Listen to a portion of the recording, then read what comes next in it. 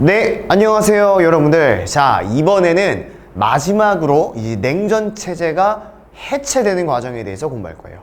그렇게 미국과 소련이 이 긴장과 대립의 시간들이 이번 기회를 통해서 완전하게 냉전이 해체되고 종식되는 모습들에 대해서 공부해 보겠습니다.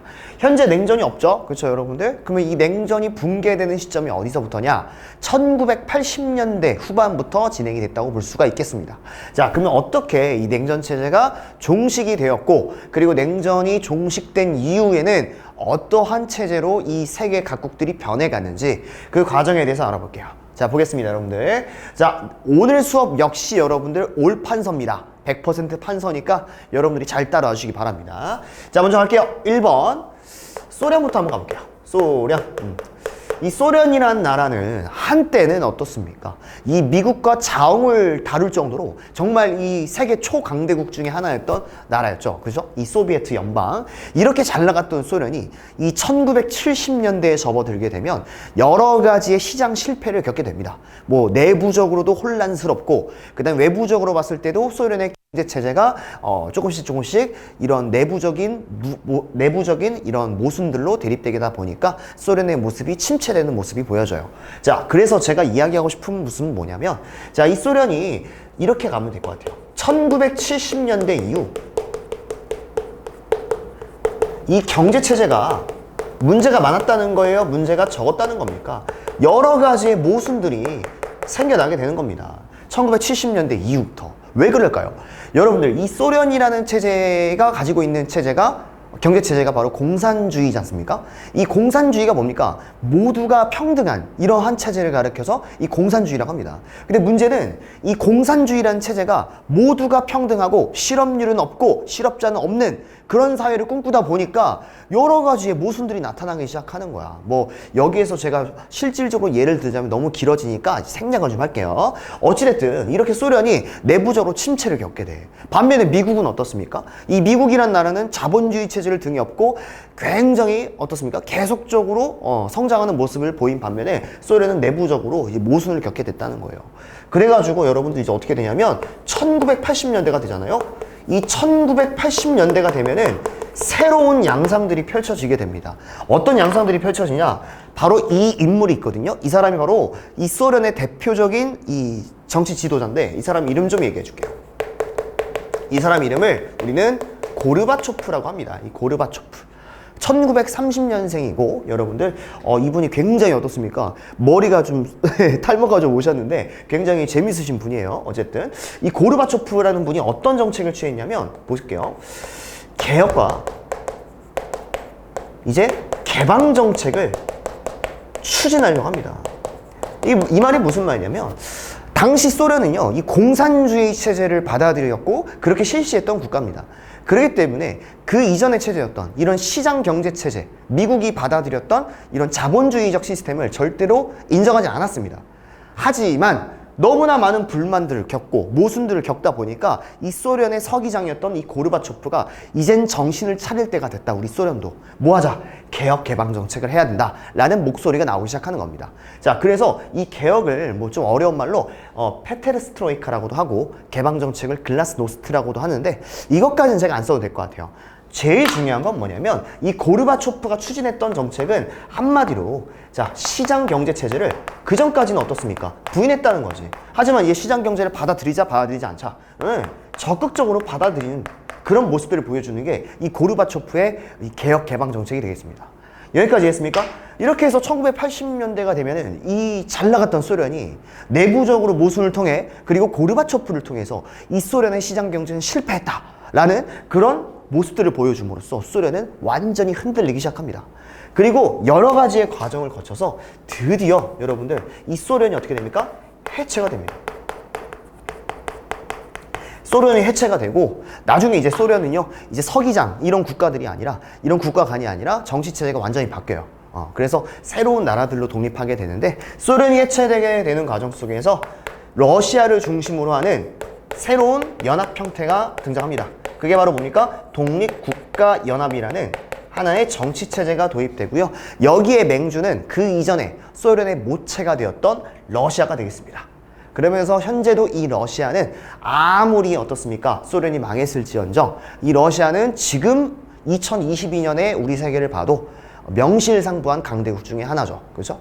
자, 이 정도로 여러분들이 기억해 두시면 되겠습니다. 자, 그 다음에 2번 한번 볼까요? 2번은 바로 뭐가 되는 거냐면 여러분들 간단하게 공부할게요. 동유럽과 독일에 대해서 좀 공부할 거예요. 소련이 해체되는 과정 속에서 그리고 소련의 힘이 약해지는 과정 속에서 동유럽과 독일 역시 어떻습니까? 원래는 동유럽에 위치했던 즉 소련의 영향력을 많이 받았던 국가였거든요. 근데 이제 이 아이들도 눈치를 볼 필요가 없는 거야. 자, 하나씩 알아볼까요? 먼저 동유럽을 제가 1번이라고 해볼게요. 그 다음에 독일을 여러분들 2번이라고 가볼게요. 이렇게 한번 가볼까? 자, 먼저 동유럽 같은 경우는 여기 공간이 좀 없네요. 밑으로 갈게. 자, 1번. 동유럽은 어떻게 진행이 됐냐면 소련이 해체되는 과정 속에서 이제 숨겨왔던 본능들이 나타나는 거야. 어떻게? 적극적인 이렇게 민주화 시위가 많아지게 돼요. 네. 뭐 대표적으로 뭐 폴란드라든지 뭐 우크라이나라든지 여러 국가들이 이 민주화 시위가 과격해집니다. 그 결과로 어떻게 되냐? 그 결과로 어떻게 되냐면 동유럽에서는 실제로 수많은 민주 정권, 민주 정부들이 수립되게 되는 결과를 초래했죠. 이렇게 여러분들이 기억해 두시면 될 것 같습니다.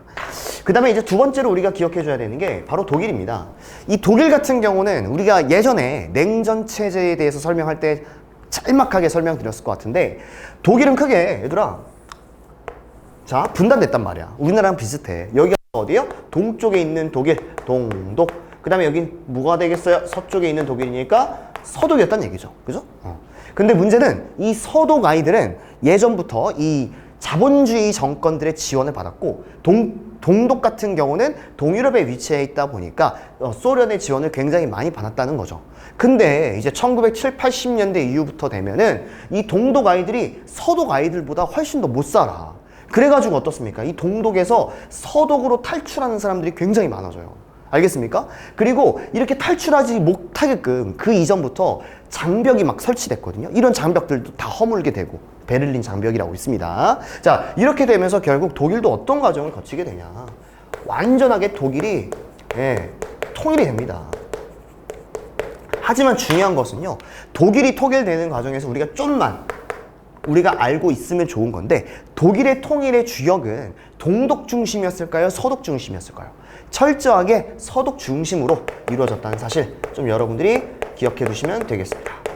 서독 중심으로 독일이 통일되었다. 알겠습니까, 여러분들? 자, 여기까지 기억해 두시면 우리가 소련과 동유럽, 독일에 대해서 알아봤습니다. 그냥 오른쪽으로 가시면 이제 마지막 세 번째 한번 가보겠습니다. 세 번째는 바로 뭐가 나오죠? 중국 한번. 우리가 중국에 대해서 좀 많이 공부해 봤을 텐데 어디까지 공부했었죠? 자, 생각을 좀 해보세요. 2차 세계대전 뒤에 중국 같은 경우도 이 두 개의 체제로 나뉘었었습니다. 자본주의 체제를 받아들이려고 노력했던 정당이 있었고 공산주의 체제를 받아들이려는 정당이 있었다는 거야. 하지만 이 두 개의 그룹 중에서 최후의 승리자는 누구였다? 공산주의였습니다. 그리고 그 공산주의의 이 두목이 누구였습니까? 이 공산주의의 가장 큰 우두머리가 마오쩌둥이었죠. 그래서 실제로 이 마오쩌둥이 공산주의 체제를 통해서 하나의 나라를 만듭니다. 그게 바로 뭐예요? 중화인민공화국입니다. 그죠? 이 중화인민공화국이 50년대 후반에 접어들게 되면 여러 가지의 개혁 정책과 여러 가지 그들 나름대로의 경제 부흥 정책을 실시하게 되거든요. 그 대표적인 정책이 좀 여러 가지가 있습니다. 먼저 이걸 순서대로 가볼게요. 대표적으로 우리가 기억해야 될 거 대약지 운동이 되겠습니다. 이 대약지 운동은 좀 웃깁니다. 간단하게 말씀드리면 이제 중국이 건국된 지 한 10여 년이 흘렀다는 이야기지. 그러니까 이 마오쩌둥도 중국의 지도자로서 뭔가를 보여줘야만 했었어요. 중국 인민들한테. 그래서 어떤 정책을 취하냐. 지금 내가 이제 마오쩌둥이에요. 지금 우리 중국이 비록 다른 영미권 서유럽 아이들에 비해서 유럽 아이들에 비해서 이 자원에 대한 생산량이라든지 산업체제라든지 이런 것들이 굉장히 낙후하다. 따라서 우리 중화인민공화국은 앞으로 향후 몇 년 이내가 되면은 이 세계 최강대국 중에 하나인 이 영국의 이 철강 생산량을 따라잡겠다. 막 여러 가지의 여러 가지의 포부를 내뿜고 이렇게 실시한 운동입니다. 그걸 실시하기 위해서 이 농업에 대해서도 엄청나게 강조하는데요. 이 사회주의 정권에서는 어떻습니까? 누구든지 간에 평등을 강조하는 체제지 않습니까? 그러면서 이 집단 농장이라는 게 만들어집니다. 이 농업의 형태도 개인이 하는 형태가 아니라 국가가 주도로 만들어지는 형태의 농업이 만들어지는 거죠. 자, 그래서 제가 얘기하고 싶은 건 뭐냐면 이 대학진 운동의 가장 큰 핵심은 인민공사가 만들어집니다. 이 인민공사가 일단 뭘 하는 거냐면 이 개개인들의 인민들이 하나의 집단 농장을 형성하는 거예요. 그러면서 이 집단 농장에서 뼈 빠지게 일을 했단 말이지. 근데 이거 성공해요, 실패해요? 이거 실패합니다. 당시에 여러 가지의 자연재해라든지 그 다음에 이 대학진 운동이 갖고 있는 모순점들이 많았어요. 그러니까 쉽게 말씀드리자면 이 마오쩌둥이 원했던 이 욕심은 엄청나게 컸지만 그 마오쩌둥의 욕심에 걸맞게끔 행동하도록 수많은 이 마오쩌둥의 부하들이 이 결과적인 보고서나 이런 것들을 막 조작하는 모습들도 보여지는 거지. 왜? 마오쩌둥이 그래야 기분이 좋거든. 아, 안타깝죠. 자, 그럼 대표적으로 우리가 기억해야 될 건 인민공사인데 이 인민공사를 쉽게 말하면 하나의 집단 농장의 형태인 거예요. 개개인들을 하나의 집단 농장에 몰아넣고 계속 일을 시킨 거예요. 목표치가 나오기 전까지 계속 일을 하는 거예요. 알겠습니까? 네. 하지만 여러분들, 이 대학진 운동은 제가 이야기하고 싶은 거예요. 실패했습니까? 성공했습니까? 예, 실패합니다. 참 안타까워요. 그죠? 자, 그 다음 두 번째. 이제는 이 대학진 운동의 실패로 마오쩌둥은 이 자존심이 상했을까요? 안 상했을까요? 제가 쉽게 말씀드릴게요. 이 대학진 운동 때 대흉년이 나거든요. 흉년? 이 농사가 이제 국가 단위에서 못 짓게 되는 상황이 오는 거야. 난리도 아니었단 말이야. 그러니까 이 마오쩌둥은 자존심이 엄청 상했을 거예요. 자존심만 상했을까요? 이 대학진 운동의 실패 때문에 수많은 중국인들이 아사와 질병에 시달리면서 죽어갔습니다. 수천만 명이 죽었다는 얘기죠. 이거 명백하게 실패했던 거거든요. 그래서 마오쩌둥은 이런 대학진 운동을 만회하기 위해서 그리고 자신의 정치적인 입지가 줄어든 것을 만회하기 위해서 또 하나의 뻘짓을 합니다. 뻘짓으로 얘기하면 좀 그런가? 자, 볼게요. 그게 바로 뭐냐면 문화대혁명입니다. 이 문화대혁명이란 건 간단하게만 설명드릴게요. 뭐냐면 이런 거예요. 자, 지금 마오쩌둥이 정치적 입지가 약해졌어요? 강해졌어요? 굉장히 약해졌단 말이야. 왜 약해졌을까?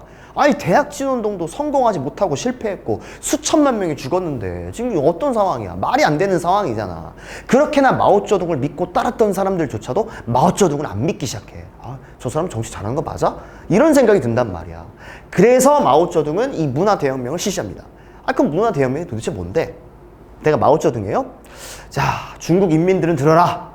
인민들은 들으시오. 우리가 지금 이렇게 대학진 운동과 여러 가지 운동들이 실패한 거. 그 이유는 하나다. 자본가들 때문이다. 그리고 지식인들 때문이다. 지주 때문이다. 이 돈이 많은 부르주아 놈들이 우리를 핍박하고 있기 때문에 지금 이러한 결과가 만들어지고 있는 거다. 그러면서 이런 얘기를 합니다. 남은 건 하나다. 우리 농민들, 우리 중국 순수한 인민들이 서로 힘을 합쳐서 이 부르주아 아이들을 소탕해야만 한다. 또 하나, 우리 중국을 이렇게까지 암을 걸리게 했던 건 이 중국의 어리석은 역사 때문이다. 이 중국의 썩어 빠진 관습 때문에 우리 중국이 힘들어하는 거다. 이런 체제를 통해서 문화대혁명을 일으킵니다. 결국 수많은 부르주아들과 그 다음에 중국의 전통 문화들, 예를 들어서 공자의 묘라든지 공자님, 맹자님, 유교 이런 것들이 다 전통적인 중국의 사상이지 않습니까? 이런 거 다 자기 손으로 다 부셔요. 네, 얼마나 어이없습니까? 좀 한번 가볼까요? 문화대혁명의 가장 큰 핵심은 뭡니까? 이 두 가지로 요약될 수 있어요. 수많은 이 부르주아들과 그리고 이 지주들을 탄압하는 모습들을 보여줬고요. 이것뿐만 아니라 어떻습니까? 이 중국이 갖고 있는 유구한 역사, 그죠? 바로 전통적인 이 문화 같은 것들을 다 철저하게 파괴하는 모습들을 보여줍니다. 예. 이게 언제 이루어졌냐면요. 1966년부터 76년까지 약 10년 동안 이루어졌거든요.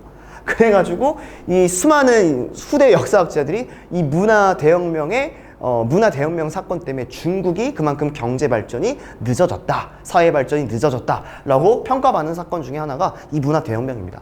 참으로 안타깝죠? 이 과정에서 수많은 인민들이 죽거나 다쳤습니다. 여기까지 여러분들이 기억해 두시고, 그럼 중국이 여기서 끝나냐? 그게 아니라는 겁니다. 중국도 정신을 차려요. 정신을 차려요. 그게 바로 누구냐면 이 덩샤오핑이라는 사람이었습니다. 덩샤오핑.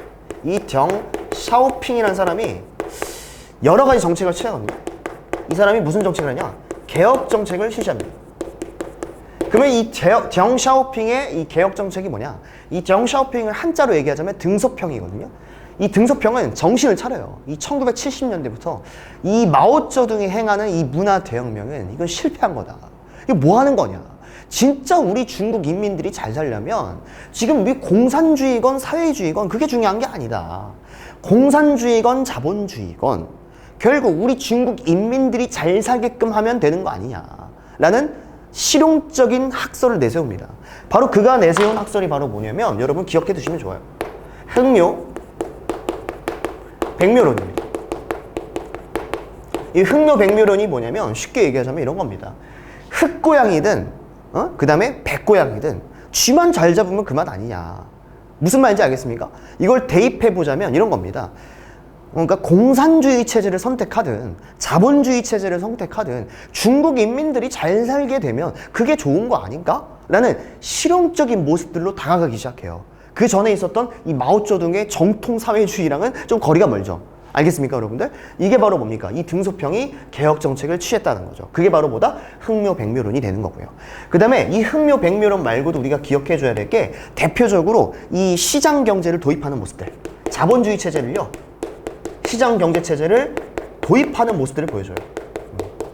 대표적으로 여러분 한 가지만 기억해 두시면요. 이때 어떻습니까? 이 중국의 동부 해안가들에 수많은 경제 특구가 만들어져요. 이 도시들이 경제 특구가 지정이 되면 이제는 시장 경제 체제를 받아들이면서 이런 국제적인 무역항으로 발돋움할 수 있도록 투자를 하는 거죠. 그래서 만들어진 게 경제 특구들이 만들어졌다. 이 경제 특구 중에 대표적인 도시들이 어디 있습니까? 뭐 수저우, 항저우, 그 다음에 상하이 들어보셨죠? 다 이겁니다. 여기까지 기억해 두시면 되겠고요. 자, 마지막 네 번째 가겠습니다. 이때가 이제 1980년대거든요. 1980년대 후반이 되면요. 이렇게 비록 개방 정책을 펼쳤던 중국이 이 중국 인민들 사이에서 이 민주화에 대한 시위가 지속이 됩니다. 이 민주화에 대한 요구가 빗발치게 되는 거죠. 근데 이 민주화에 대한 빗발치는 요구를 아주 잔인하게 짓밟은 사건이 등장하게 됩니다. 그게 바로 천안문 사건입니다. 이제 중국어로 태난문이라고 하죠. 자, 보겠습니다. 자, 1980년대 후반이 되면요. 1980년대 후반이 되면은 이제 민주화 시위가 민주화에 대한 열망이라고 할까요? 민주화에 대한 열망이 엄청나게 커져요. 근데 이 민주화에 대한 열망을 잔인하게 짓밟는 사건이 보여집니다. 이 중국 정권이. 그게 바로 뭐야? 대표적으로 무슨 사건이에요? 태난문 사건입니다. 태난문 사건. 태난문 앞에서 어떻습니까? 유혈 진압을 통해서 수천 명의 중국인들을 유혈로 진압을 했던 이 잔인한 사건이 태난문 사건이 되겠습니다. 자, 여기까지 여러분들이 기억해 두시면 우리가 이 냉전 체제가 어떻게 해체됐고 그 다음에 여러분들 이 동유럽과 독일은 또 어떻게 변화가 이루어졌는지 그냥 중국은 이런 식의 과정을 통해서 개혁 개방 정책을 펼치다가 나중에는 흑역사, 이 태난문 사건을 겪게 된다라는 것까지 우리가 공부할 수 있었습니다. 어떻습니까, 여러분들? 그렇게 어렵지 않죠? 그죠? 항상 이런 단어는 흐름만 잡으면 그렇게 어렵지 않습니다. 좋습니다. 자, 이제 마지막으로 여러분들 문제 풀고 이번 시간 마치도록 하겠습니다, 여러분들. 자, 보겠습니다, 여러분들. 자, 스탈린, 후르쇼프, 고르바초프. 이 사람들이 이름 많네. 근데 이 사람이 누군지 모르겠지만 개혁을 통해서 점차 개혁 개방 정책을 취했대요. 이건 바로 누굽니까? 스탈린입니까? 스탈린은 6.25 전쟁을 지원한 사람이고 언제입니까? 고르바초프가 되겠죠. 아시겠죠, 여러분들? 자, 그다음 두 번째 한번 가보겠습니다. 1990년이 되면은 베를린 장벽이 붕괴되고 최종적으로 어떻습니까? 누구를 중심으로 독일이 통일되었다? 동독이 아니라 서독을 중심으로 독일이 통일되었다는 사실. 자, 베를린 장벽이 붕괴된 건 이거보다 1년 전인 89년이 되겠습니다. 해주세요. 자, 그 다음 보겠습니다. 여러분들, 마오쩌둥. 이 사람 참 어떻습니까? 이 마오쩌둥은 대약진 운동과 이 혁명을 통해서 자신의 정권을 이어갔고 하지만 성공하지 못하는 그런 모습들을 보여주죠. 자, 그게 바로 뭡니까? 문화 대혁명. 문화 대혁명을 쉽게 얘기하면 문화 대혁명을 이걸 절대로 이 등소평으로 가지 말란 얘기입니다. 알겠죠? 네. 좋습니다. 그 다음에 덩샤오핑 가겠습니다. 중국의 덩샤오핑은 무슨 론을 통해 아이고 흰 고양이든 검은 고양이든 내가 잘 살면 그만 아니야? 그게 바로 뭡니까? 흑묘 백묘론을 통해 시장 경제 체제를 도입해서 개혁 개방 정책을 추진했다. 이 정도로 기억해 두시면 되겠습니다. 자, 어떻습니까? 오늘 이번 시간 잘 정리가 되었나요? 다음 시간은 이제 진짜 마지막이 될 거예요. 마지막까지 여러분 최선을 다해서 경청해 주시기 바랍니다. 감사합니다, 여러분들.